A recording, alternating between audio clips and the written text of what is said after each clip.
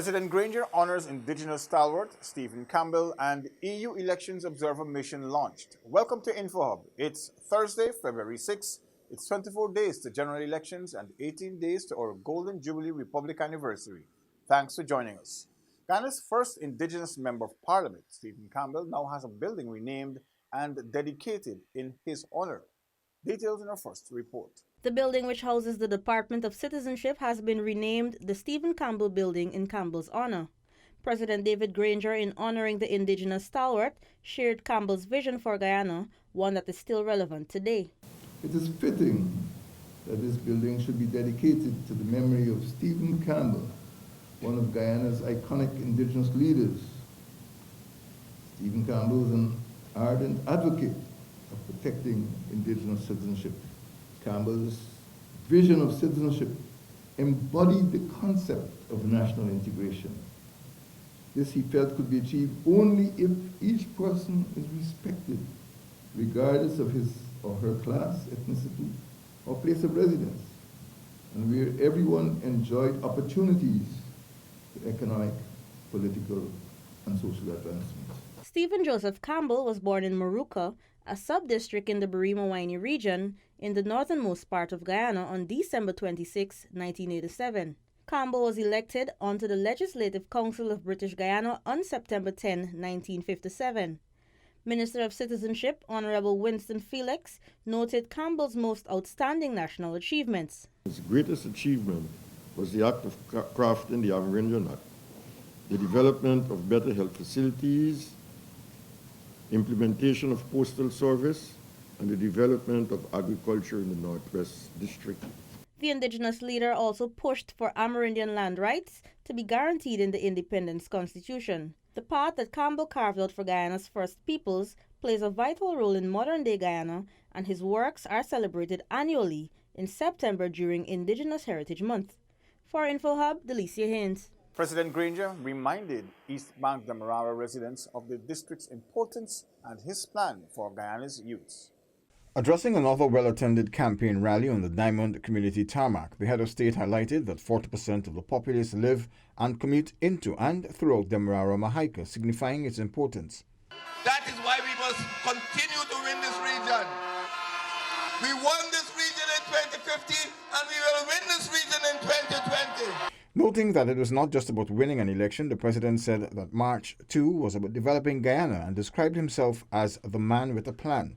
He cited the examples of the Sustainable Livelihood Entrepreneurial Development and Hinterland Employment and Youth Service, HAYS, GTIC, and similar initiatives that are benefiting thousands.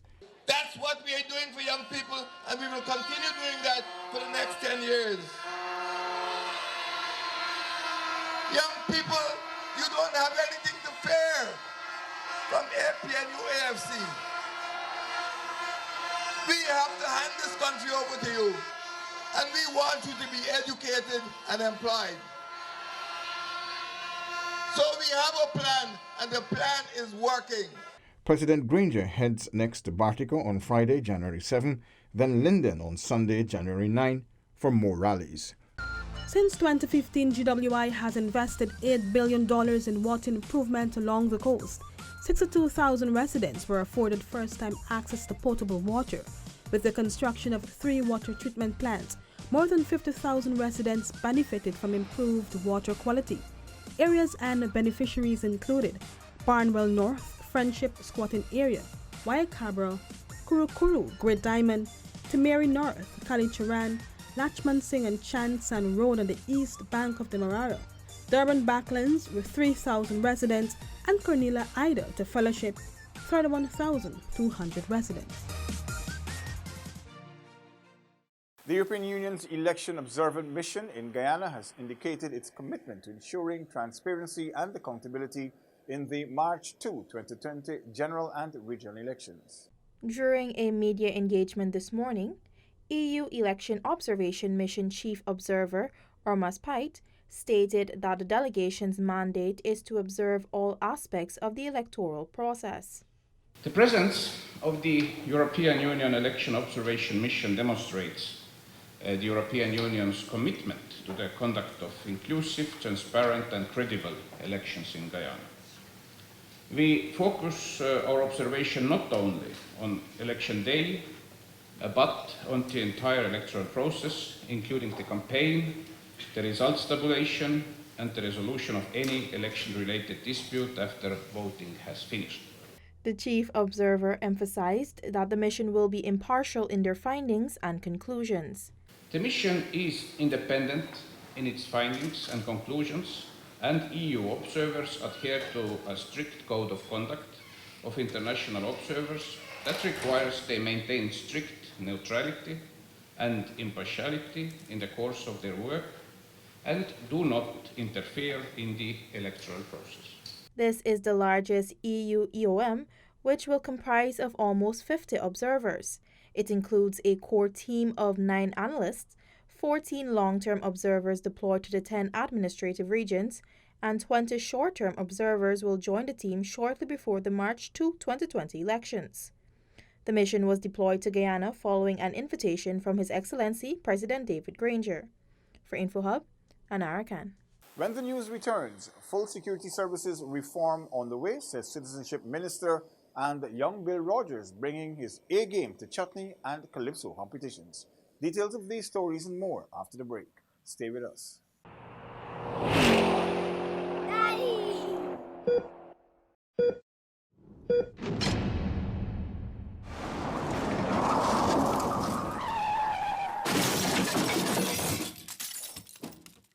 Welcome back. Ghana's security services will see a complete overhaul, police, prison, and fire. According to Minister of Citizenship, the Honorable Winston Felix, this forms a major part of the coalition government's plan for development once returned to office after the March 2nd regional and general elections. Minister of Citizenship, the Honorable Winston Felix, told a vibrant crowd at the Diamond Tarmac in the Diamond Housing Scheme that as a part of the government's security reform plan, there will be greater emphasis on rehabilitation of prison inmates, upgrade of prison infrastructure, and improved security within the prison walls. Meantime, speaking of the notorious Phantom Squad which allegedly existed under the previous administration, Minister Felix declared that there will be no more violations of human rights. They are no longer human rights abuses, and if anybody risk it, soon after they're disciplined, charged before the court. These are the issues which has informed our leaders' vision to reform the services. Minister Felix says reform of the security services is also for the protection of every Guyanese. He says there are special upgrades for the Guyana Fire Service, which will see its capability increasing. Thus far, government has already invested money into the reform project, namely $110 million for crime-fighting equipment. This president has an eye on careful law enforcement. He has promoted and developed the Safe City project. Safe City allows for cameras to be placed at strategic points and for the police to be aided in the fight against crime. They can solve crime by catching it on the camera. Scientific methods. We have recently procured DNA and gun residue equipment at the cost of $110 million. For InfoHub, Anara Khan. InfoHub took its cameras to the Plastic City community in Breedenhoop to get the views of the people there on the president's recent announcement to form a commission to address the issue of relocating squatters. More in this report. Nestled just behind what is said to be the heart of Breedenhoop village on the west coast of Demerara, Plastic City has become the home of hundreds of Guyanese. With a lack of basic necessities like electricity and running water, living conditions there are far from acceptable. For decades, residents have been frustrated, but their hope was revived last week when His Excellency President David Granger announced his plan to establish the National Squatters Resettlement Commission, an agency that will transform the living conditions of persons dwelling on government reserves. I want to thank the president also for really thinking about Plastic City and what he have in mind to do for us here. I want to thank him and congratulations for his works and because I need help. I need some help. The situation varies from family to family. Some persons have been living in the area for close to 30 years. The struggles throughout the years have been overwhelming. Hearing of the president's plan, they say, brings relief. It's a good idea, yes, because if we get a piece of place, we would move. I was living here like 20 years in JT, right? And I got like 5 children. And it's really rough for me.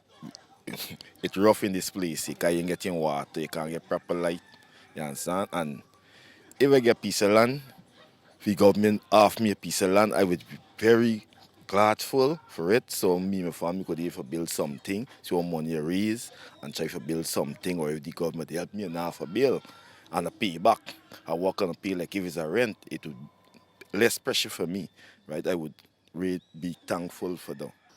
If the presidency we have to move, there's nothing we could do. We have to go with that. Once we have the land to build the house, that would be okay. President Granger said the over 153 squatter settlements across Guyana remain a major bugbear. His mission is to eliminate such living conditions, providing instead a better quality of life for all. For InfoHub, Alexis Rodney. Recognizing that land allocation alone could not adequately meet the housing demands of citizens, the coalition government, through the Central Housing and Planning Authority, constructed over 280 homes. These included elevated, two-storied, flat and low-income duplexes. Also made available were single, elevated, single, flat, 2- and 3-bedroom homes. Families are now comfortably occupying their new homes at Undernaming on the west bank of Demerara, Perseverance and Prospect on the east bank, Hope Experiment on the west coast of Berbice, and the Milius Ward in Linden. Continuing the legacy passed down by his father, Augustus Hines, the famous Bill Rogers, Bill Hines, who goes by the stage name Young Bill Rogers, is gearing up to bring the heat in the 2020 Chutney and Calypso competitions. Hey, see, I don't know about you, but I come here to have some fun. I come to get on, get on, get on, get on. We don't care about them, no. We come here to get problems. We come to get on, get on. We got one life to live, so Chutney music special, it really very sweet. It really hot and spicy, it make you shake your feet. Paying